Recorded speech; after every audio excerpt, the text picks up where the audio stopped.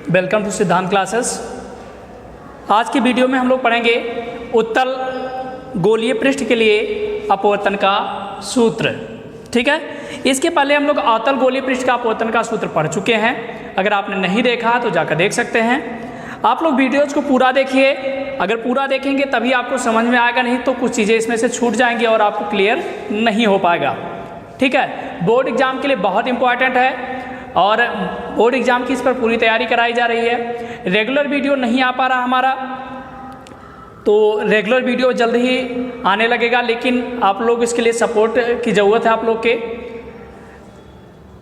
कितने लोग वीडियो देख रहे हैं, कितने लोग को समझ में आ रहा है, ये मुझे जानना आवश्यक है। और कितने लोग ऐसे हैं जो दिक्कत हो रही है, जैसे मेरे वीडियोज़ में अभी तक 200-250 लोग देख रहे हैं, लेकिन कितने लोग को क्लियर समझ में आ रहा है, कितने लोग पूरा देख रहे हैं। पूरा देख करके लाइक वाले बटन पर क्लिक कीजिए जिससे समझ में आए कि हाँ आप लोग को समझ में आ रहा है। ठीक है ना, तो चलते हैं आज के लेक्चर पे। आज का क्लास हमारा है, पढ़ते हैं उत्तल गोलीय पृष्ठ के लिए अपवर्तन का सूत्र। ठीक है, तो क्या कहते हैं, मान लेते हैं कोई उत्तल गोलीय पृष्ठ है। ये मान लेते हैं कोई उत्तल गोलीय पृष्ठ है, यस पी यस डैश, यहाँ पर हम मान लेते हैं पी है। माना कोई उत्तल गोलीय पृष्ठ है यस पी यस डैश। ठीक है, जिसके इस साइड का जो माध्यम है बाएं साइड का वो विरल है, इसका निरपेक्ष अपवर्तनांक n1 मान लेते हैं, और दाएं साइड का जो है वो सघन है, इसका निरपेक्ष अपवर्तनांक n2 मान लेते हैं। ठीक है, मान लेते हैं इस जो उत्तल गोलीय पृष्ठ है इसके लिए हम मान लेते हैं इसका प्रकाश जो केंद्र है, वक्रता केंद्र है, वो यहाँ पर कहीं है। वक्रता केंद्र चलिए सी मान लेते हैं। अब इस P यानी ध्रुव और वक्रता केंद्र को मिलाने वाली रेखा को क्या कहा जाता है, आपको पता होगा क्या कहा जाता है इसे मुख्य अक्ष कहा जाता है। क्या कहते हैं, मुख्य अक्ष। ठीक है, अगर आप कुछ चीज़ें नहीं जानते तभी कोई बहुत बड़ी प्रॉब्लम नहीं होगी, ये सॉल्व हो सकता है। चलिए, हाँ पिछला वाला अगर वीडियो देखे होंगे तो आपको ये समझने में और आसान लगेगा। चलिए क्या करते हैं, आप मान लेते हैं यहाँ पर इसके मुख्य अक्ष पर एक बिंदु वस्तु O स्थित है। माना बिंदु वस्तु O स्थित है, यहाँ से प्रकाश किरण चलती है, इस बिंदु A पर आकर टकराती है। ये मान लेते हैं बिंदु A है जहाँ आकर टकराती है। ठीक है ना, अब हम लोग कहेंगे जब कोई प्रकाश किरण किसी एक माध्यम से दूसरे माध्यम में जाता है तो अपने मार्ग को बदल लेता है, या विलंब की तरफ झुक जाता है या दूर हो जाता है। विरल से सघन में जा रहा है तो विलंब की तरफ झुकेगा। झुकेगा कि नहीं झुकेगा, ये आप लोग जानते हैं। अब अभिलंब की तरफ झुकेगा तो अभिलंब कहाँ है, कहाँ है अभिलंब, हमने पिछले वीडियो में बताया था कैसे निकालते हैं। अभिलंब बनाने के लिए क्या करते हैं, इस सी से इस बिंदु को मिला देते हैं। सी मतलब वक्रता केंद्र से उस बिंदु को मिला देते हैं, यही क्या हो जाता है, अभिलंब यानी नॉर्मल। क्यों ऐसा होता है, मैंने बताया था मैथ में, हाई स्कूल में आपने एक प्रमेय पढ़ा था, उस प्रमेय के अनुसार ये है। ठीक है, अभिलंब की तरफ झुक जाता है तो अभिलंब की तरफ झुका दीजिए। देखिए, अगर हम बात करें ये लाइन सीधे ऐसे जानी चाहिए थी, ऐसे जाना चाहिए था सीधे। अगर ये अपने मार्ग से ना भटकता तो इस प्रकार से कुछ चला जाता, लेकिन अपने मार्ग से भटकता है और अभिलंब की तरफ झुक जाता है, तो अभिलंब इधर है ना, इसकी तरफ झुका देते हैं थोड़ा सा, कुछ इस प्रकार से दिखा दिया हमने। ठीक है, और इसको मैं मिटा दे रहा हूँ क्योंकि ये समझने के लिए कल बनाया था। तो माना कोई बिंदु वस्तु O है जिससे चलने वाली प्रकाश किरण और उत्तल गोलीय पृष्ठ के बिंदु A पर आपतित होती है, और अभिलंब CAN मान लेते हैं। चलिए, CAN की तरफ झुक जाती है और इसे चलिए मान लेते हैं B कर देते हैं। तो AB इस प्रकार से क्या हुई, हमारी अपवर्तित किरण हुई। दूसरी प्रकाश किरण मुख्य अक्ष से होकर जाती है जो कि सीधी निकल जाती है। ठीक, अब हमने आपको पढ़ाया है दो प्रकाश किरणें अपवर्तित होकर के जब एक दूसरे को काटेंगी तभी हमारा प्रतिबिंब बनेगा, नहीं तो प्रतिबिंब हमारा नहीं बन पाता है। आपको पता होगा, बताया गया था पिछले वीडियो में भी और भी पढ़ाया गया था। तो अब देखिए, ये दोनों अपवर्तित प्रकाश किरण एक दूसरे को कहाँ काटेंगी, एक अपवर्तित किरण ये है, एक अपवर्तित किरण ये है, AB कहीं काटेंगी। ये AB और PC प्रकाश किरण कहीं एक दूसरे को काटेंगी, कहीं भी एक दूसरे को नहीं काटेंगी। जब कहीं नहीं काटेंगी तो इसका मतलब इनका प्रतिबिंब कहीं भी वास्तव में नहीं प्राप्त होगा, और अगर कहीं भी वास्तव में नहीं प्राप्त होगा तो इन्हें हो सकता है पीछे बढ़ाने पर कहीं काट रहा हो। मैंने बताया था कि हो सकता है पीछे बढ़ाने पर कहीं काट रहा हो, तो इसे पीछे बढ़ा देते हैं।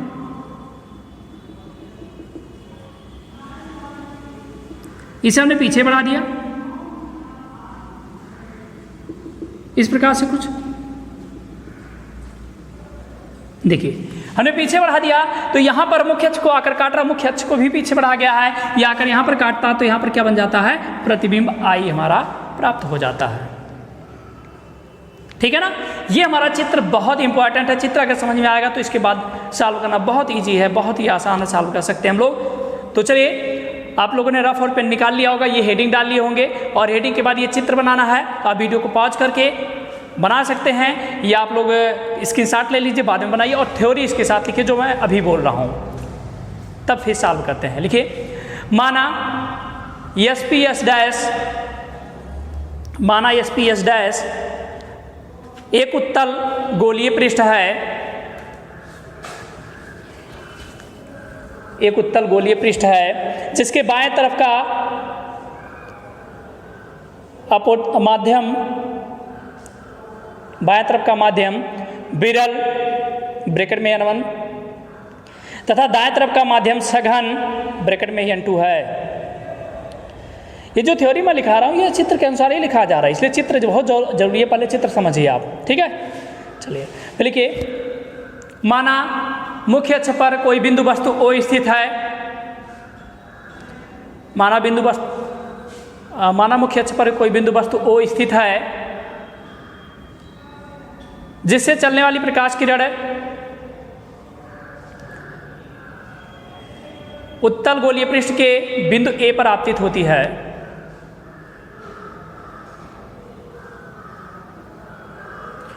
और अपवर्तित होकर अविलंब CAN की तरफ झुक जाती है।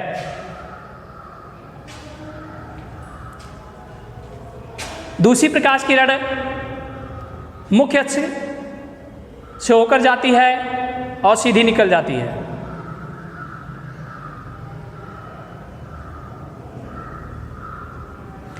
अपवर्तित किरण AB को पीछे बढ़ाने पर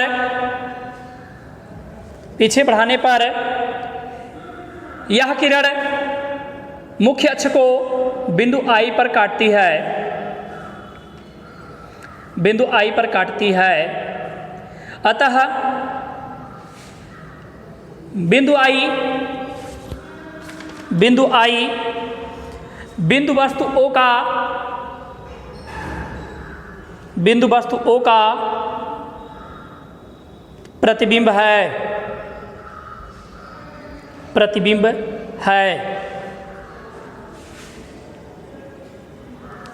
फुल स्टॉप। चलिए अब और कुछ चीज़ों को सॉल्व करते हैं और समझते हैं ये कैसे सॉल्व होगा। सूत्र वही आएगा जो अवतल के लिए था। टाइम थोड़ा ज़्यादा लग रहा है लेकिन वीडियो को पूरा देखिए, समझिए, क्योंकि ये टाइम टेकिंग है ही। क्लास में जब पढ़ाया जाता है एक लेक्चर पूरा 40 मिनट करीब लग जाता है इस समझाने में। ठीक है, तो चलिए देखते हैं। अब हम दूरियों को मान लेते हैं। यहाँ से इसकी दूरी को क्या कहते हैं, U कहते हैं। आपको पता होगा वस्तु की दूरी को U से डिनोट करते हैं और इस साइड की दूरी है तो नेगेटिव हो जाएगा। प्रतिबिंब की दूरी को क्या कहते हैं, V कहते हैं और ये भी इसी साइड में है तो माइनस हो जाएगा। यहाँ से यहाँ तक की दूरी को हम R कहेंगे।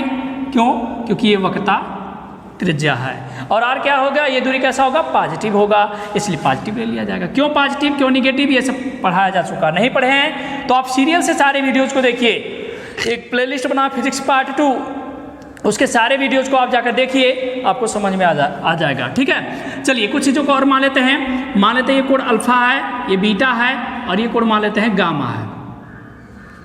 ठीक, अल्फा बीटा गामा। अपवर्तन का सूत्र हमें प्राप्त करना है, यानी sine I upon sine R equal to क्या होता है, 1n2 होता है। ये फॉर्मूला हमको लगाना है। I और R, जैसे पिछले में I और R निकाले तो वैसे यहाँ पर भी I और R हमें निकालना जरूरी है। तो I और R का मान कैसे निकले, तो I और R अभी तो दिख ही नहीं रहा, कहीं अभी नहीं दिख रहा है, तो I और R के बारे में सोचते हैं। चलिए हम लोग जानते हैं ये क्या है, अभिलंब है और ये आपतित किरण है। इनके बीच के कोण को क्या कहते हैं, I कहते हैं कि नहीं कहते हैं, I कहते हैं। मिल गया I। चलिए इसकी बात कर लेते हैं, क्या होगा, ये R कहते हैं, R मिल गया हमारा। इतने से ही क्यों काम नहीं बनने वाला है, हम लोग क्या कर सकते हैं। अब एक बात ये बताइए हमको, ये एक या चलिए इतनी से काम चलाते हैं, फिर देखेंगे। ठीक है, तो चलिए अब हम क्या करते हैं, एक काम आप सबसे पहले कर दिए, स्क्रीनशॉट ले लीजिए और स्क्रीनशॉट लेकर के क्या करिए, ये चित्र बना लीजिए, सॉरी स्क्रीनशॉट लेकर के कॉपी में और भी चीज़ें बना लीजिए, ठीक है ना। तो चलिए अब आगे बात करते हैं। त्रिभुज दिख रहा है यहाँ पर, ठीक है। त्रिभुज OCA में, ठीक है, त्रिभुज OCA में, इस त्रिभुज में अगर बात करें तो ये I जो है, ये I क्या है, बहिष्कोण है। क्या है, बहिष्कोण है। मैं लिख दे रहा हूं I बहिष्कोण है। और हम लोग जानते हैं जो बहिष्कोण होता है ये दूरस्थ कोणों के योग के बराबर होता है, इसलिए I = बीटा प्लस गामा लिख सकते हैं कि नहीं लिख सकते हैं, I = बीटा प्लस गामा, क्योंकि इस त्रिभुज का बहिष्कोण अगर I है तो इसके दूरस्थ कोण एक ये है और एक ये है, तो इसे हम समीकरण नंबर 1 मान लेते हैं। हमें I और R के मान को चाहिए, तो I और R का मान इस प्रकार से हम कुछ निकाल सकते हैं कि नहीं निकाल सकते हैं। फिर आ जाते हैं त्रिभुज ICA में, इसी चित्र से हमें I और R का मान चाहिए। ICA, अगर ICA की बात करें तो कहेंगे R बहिष्कोण है। बहिष्कोण जानते होंगे ना, ये त्रिभुज ICA, इस त्रिभुज में ये बहिष्कोण है, और जो बहिष्कोण होता है ये दूरस्थ कोण के योग के बराबर होता है, यानी ये जो R है ये किसके किसके बराबर होगा, इसके और इसके बराबर होगा, यानी लिख सकते हैं R = अल्फा प्लस गामा। समीकरण नंबर 2। यहाँ तक कोई दिक्कत तो नहीं किसी को, उम्मीद करते हैं किसी को दिक्कत नहीं हो रही होगी। क्या कहते हैं अब लिखेंगे, अब स्नेल के नियमानुसार, स्मेल नहीं, कुछ लोग स्मेल लिख लें, स्नेल के नियमानुसार क्या होता है स्नेल का नियम, साइन आई बटे साइन R इक्वल टू क्या होता है N2 बटे N1 या 1N2 भी लिखा जाता है। अब यहाँ पर मान अभी नहीं रख रहे हैं, चलिए इसको ऐसे त्रिगुणा कर लेते हैं, N1 sine I equal to N2 sine R, त्रियक गुणा कर किया हमने, ठीक है। चलिए अब हम कहेंगे यदि I और R बहुत छोटा है, बहुत छोटा कोण है, तो साइन I इक्वल टू हम केवल I लिख सकते हैं। हमने पिछले में भी बताया था, जब I का मान 4 या 4 रेडियन से कम होता है, जो साइन थीटा होता है केवल थीटा के लिख सकते हैं उसे, और ऐसे ही साइन R जो है किसी क्या लिख सकते हैं, R लिख सकते हैं। इसलिए N1 I equal to N2 R, सही लिखा हमने, साइन I के स्थान पे I लिख दिया, साइन R के स्थान पर R लिख दिया।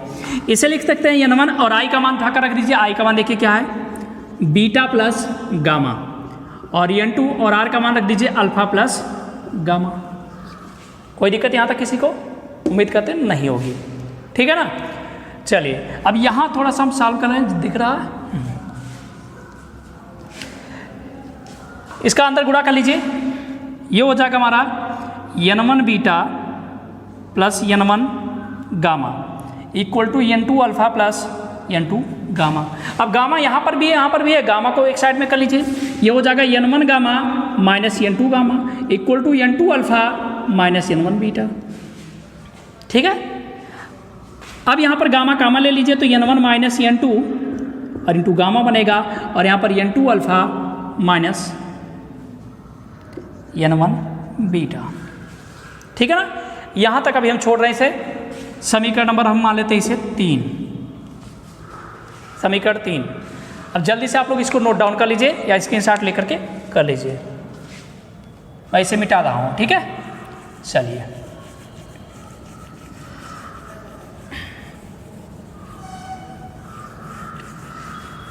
चलिए अब आगे सॉल्व करते हैं। देखिए यहाँ पर अल्फा बीटा गामा है, और अल्फा बीटा गामा तो हमने माना था। अब किसी प्रकार से अल्फा बीटा गामा का मान निकालते हैं। इसके लिए क्या करें, सबसे पहले यहाँ से एक अभिलंब खींच देते हैं, इस पी को हम इस साइड में लिख रहे हैं और यहाँ पर यम मान ले रहे हैं, ठीक है। अब हम लोग क्या करते हैं, थोड़ा सा हमें थ्योरी लिखना पड़ेगा। ए से मुख्य अक्ष पर अभिलंब AM खींचा, ठीक है। अब हमें अल्फा बीटा गामा का मान चाहिए, तो अल्फा बीटा गामा का मान कैसे निकल सकता है? देखिए, त्रिभुज IAM में, यहाँ आई था, त्रिभुज IAM में हम अल्फा इक्वल टू क्या लिख सकते हैं? tan alpha. कैसे? अभी हमने बताया था sine theta equal to theta होता ना, कोण का मान बहुत छोटा होता तब, ठीक है। तो हम लिख सकते हैं alpha equal to tan alpha, और tan थीटा बराबर क्या होता है? लंब बटे आधार। तो यहाँ से अगर देखें IAM में लंब क्या है? AM है। आधार क्या है? अगर आधार की बात करें तो IM है कि नहीं? इसे हम लिख सकते हैं AM बटे, इस IM को हम IP लिख सकते हैं, इस IM को IP लिख सकते हैं। क्यों? क्योंकि हम कहेंगे यदि इस गोलीय पृष्ठ का द्वारक छोटा है तो ये जो AM की दूरी है लगभग AP के जो IM की दूरी है लगभग IP के बराबर होगी। कारण जो ये बिंदु M है ये ध्रुव के एकदम समीप, यानी बहुत ही समीप रहता है, ठीक है ना। तो ऐसा लिख सकते हैं, इसे लिख सकते हैं AM बटे IP का मान बताइए चित्र में देख करके, तो क्या दिख रहा है? -V। इसी प्रकार से कह सकते हैं beta equal to tan beta, कह सकते हैं कि नहीं कह सकते हैं? Beta equal to tan beta, और tan बीटा AM बटे कितना? बीटा यहाँ पर है, लंब बटे आधार, आधार अब क्या होगा? OM होगा। ये लिख सकते हैं AM बटे OM को हम OP लिख सकते हैं। देखिए, जब तक त्रिभुज में आप नहीं पहुंचेंगे, जिस त्रिभुज की मैं बात कर रहा हूँ, तब तक नहीं समझ में आएगा। AM बटे OP को क्या लिख सकते हैं? OP का मान -U है, -U लिख दिया। इसी प्रकार से हम गामा इक्वल टू क्या लिख सकते हैं? tan gamma equal to AM बटे tan गामा, गामा यहाँ पर है ना, तो लंब बटे आधार, लंब ये हो गया, आधार क्या हुआ? CM हो गया। इसे लिख सकते हैं AM बटे CM के बजाय हम CP लिख सकते हैं, इसे लिख सकते हैं AM बटे R, क्योंकि CP का मान क्या है? R है, ठीक है ना।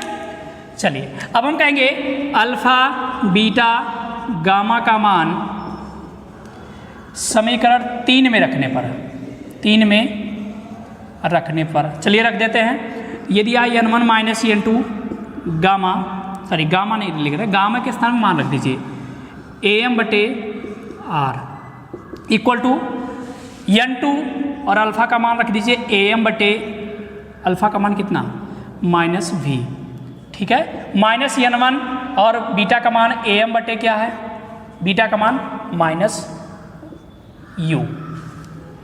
अब क्या कर सकते हैं? इसे लिख सकते हैं N1 माइनस N2 बटे R, और यहाँ पर लिख दिया AM। आपकी बुक में थोड़ा सा बदलाव करके भी लिखा जा सकता है, उससे कोई दिक्कत नहीं है। N2 बटे -V और माइनस प्लस N1 बटे U और AM का मान ले लिया हमने, क्योंकि AM के स्थान पर किसी बुक में H लिखा हो, उससे कोई दिक्कत नहीं, AM से AM कट जाएगा, ठीक है। चलिए, अब जो बचा उसको लिख रहा है, और इस साइड वाले को हम पहले इस साइड में लिख रहे हैं, तो N1 बटे U और -N2 बटे V, ये माइनस यहाँ था तो ऊपर भी कर सकते हैं, इक्वल टू इस साइड की अगर हम बात कर लें, या एक मिनट, जैसे वैसे ही लिखना दीजिए N2 बटे V माइनस में और प्लस N1 बटे U इक्वल टू, इधर से माइनस कामन ले लीजिए, तो N2 माइनस N1 और बटे क्या हो जाएगा R। आप परेशान मत होइए कि सर हमने वैसे लिखकर काट दिया, उससे कोई दिक्कत नहीं, वो भी सही है, ये भी सही, बस थोड़ा सा क्या है कि ऐसे लिखने पर कैलकुलेशन थोड़ा आसान हो जाएगा। और मैथ के स्टूडेंट अगर आप हैं तो आपको तो मुझे लगता है कोई दिक्कत नहीं, कैलकुलेशन आप चाहे जैसे कीजिए। चलिए, दोनों पक्षों में माइनस का गुणा कर देते हैं, ये हो जाएगा N2 बटे V माइनस N1 बटे U equal to N2 minus N1 बटे R। यही हमारा सूत्र है। आप कहेंगे सर पिछले में भी यही आया था, तो अतल गोलीय पृष्ठ के लिए, उत्तल गोलीय पृष्ठ के लिए, दोनों के लिए सूत्र हमारा बराबर आता है, इक्वल आता है, ठीक है। हम कहेंगे N1 से दोनों पक्षों को भाग करने पर, भाग कर दीजिए, तो N2 बटे N1 माइनस N1 बटे N1 और बटे यहाँ पर U और यहाँ पर बटे में V,